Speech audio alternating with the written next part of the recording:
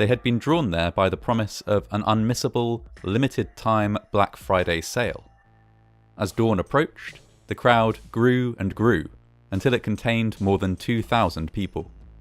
They were there to shop, but before the morning was over, the crowd would have destroyed a storefront, killed an innocent man, and contributed to the long and violent history of chaotic Black Friday sales. Black Friday is the name given to the Friday after Thanksgiving in the United States. For many decades now, it has been traditional for retailers to run limited-time post-Thanksgiving sales, and for consumers to turn out in force to take advantage of them. It's a big day for retailers, with more than $150 billion spent across the US in just a single weekend. Even now, with most shopping taking place online, retailers still work hard to get shoppers into stores by advertising incredible deals, or releasing desirable products like new game consoles or limited edition sneakers on Black Friday itself. There is a significant history of these promotions ending in unrest, injury, and even death. What happened at the Valley Stream Walmart in 2008 is one of the most unsettling examples of this. On that particular Black Friday, crowds had been gathering all night, with the first shoppers arriving as early as 9 PM the night before. These hardy bargain hunters camped out overnight in order to be the first in line when Walmart opened its doors at 5 AM. They weren't few in number. By midnight, the sidewalk outside the doors was full, and a line of shoppers stretched across the car park of the Green Acres Mall. Given the size of the crowd, police were called at around 3:30 AM, and attended to speak to the crowd through loudhailers, appealing for calm and order. Relatively few officers were still present as 5 AM approached, and the crowd was certainly not calm. They pounded on the closed glass doors and pressed in a mass against them, causing them to bow visibly inwards. The employees within the Walmart were, quite naturally, wary. Many of them had witnessed Black Friday chaos in previous years. They had seen people, including children, tripping and falling during crowd surges, fights breaking out, and shoppers arguing and brawling over items. 34-year-old Jimitai Damore had probably heard some stories from his co-workers, but had no idea just how intense the crowds could become. He was a temporary employee and had only been hired to cover the holiday season. He had spent Thanksgiving with his family, and then come straight to work, expecting to spend most of his time stocking shelves and carrying out maintenance. Instead, Mr. Damore found himself on crowd control duty. In an attempt to prevent the doors from breaking, employees pushed back against them from the other side. They were still doing so until just before 5 AM, when the doors shattered under the weight of the crowd and a mob of shoppers surged inside. Mr. Damore was thrown to the floor and trampled by dozens of people, none of whom stopped or expressed concern over the man they had stepped on. It was left to his colleagues, some of whom had themselves been knocked to the ground by the surge, to fight their way to him and try to help. While shoppers in the store fought over discount household goods, an ambulance was called for Mr. Damore. CPR was performed on scene before he was transported to a nearby hospital. Unfortunately, his injuries were too severe, and he could not be saved. His death left his colleagues reeling with shock, and some attempts were made to clear the Walmart. The crowd, however, having forced its way inside, was unwilling to leave.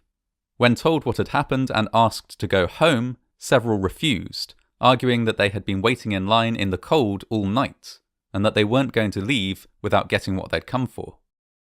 In the aftermath of the incident, the shoppers involved were widely condemned by the media and the public, but none faced any consequences. The incident had been so chaotic that it was impossible to identify any individuals who could be considered responsible. Were those pushing from the back of the crowd to blame? Or was it the fault of those who had first surged through the broken doors? No arrests were made, and no individual faced any consequences for the loss of Jimitai Damore's life. Thankfully, deaths from trampling during Black Friday sales are relatively rare. Injuries are common, but most are minor. When reporting on Black Friday chaos, many sources also include deaths and injuries which result from arguments in and around retail outlets during the big day. It's completely commonplace for Black Friday shoppers to come to blows over limited stock, coveted parking spaces, or when someone is seen to cut in line. Every Black Friday sees scenes like these play out across the US. Sometimes, though, shoppers take things a step further. In 2011, one woman shopping in a Walmart in Los Angeles liberally pepper-sprayed the crowd around a display of discount Xboxes, resulting in around 20 people, children included, suffering painful but non-life-threatening injuries. The shopper in question then calmly paid for her purchases and left the store. After turning herself in to the police a day later, she threatened to sue Walmart for failing to provide adequate security, a situation which forced her to resort to the pepper spray, she claimed. With not enough evidence to decide one way or another if it was self-defense, the matter was dropped with no further legal consequences. In 2016, in Vancouver, Canada, shoppers queued outside an Adidas store for their chance to purchase a limited edition shoe that was due to be released as part of a Black Friday promotion.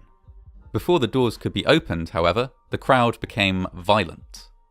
As fighting broke out, one man removed his shirt and began using his belt as a whip to keep other shoppers at bay.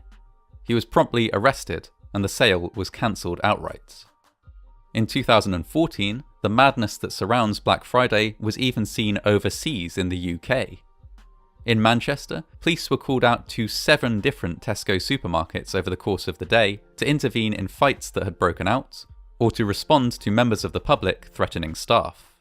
At one store, a woman was injured by a falling television, and footage of consumers fighting over discount television sets made headlines across the country. It's not just the UK that has adopted Black Friday as an annual event. Indeed, the idea has spread around the world. Romania holds Black Friday sales a week before the US. In Germany, many retailers participate in an entire week of discounts under the banner of Black Week or Black Shopping. Black Friday is a growing presence in Australia, Mexico, Canada, Switzerland, and a steadily increasing number of European countries. Interestingly, retailers in some countries participate in Black Friday under a different name, often because the term Black Friday is already in common usage, usually as the colloquial name for a disaster or other tragedy.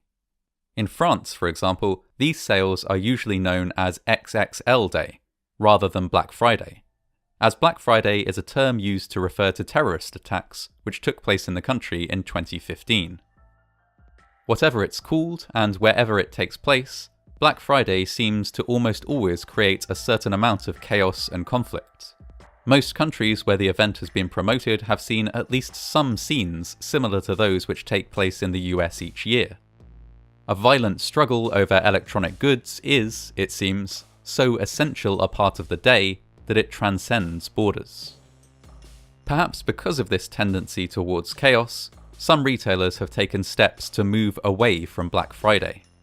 Asda in the UK, for example, has publicly declared that it will prefer smaller sales spread out throughout the year to one big weekend of deals, with an executive noting that they found the footage of Black Friday brawls uncomfortable. Elsewhere, retailers have been moving online, with a greater focus on Cyber Monday, the Monday after Thanksgiving, and a day when retailers have started to offer massive discounts for online shoppers.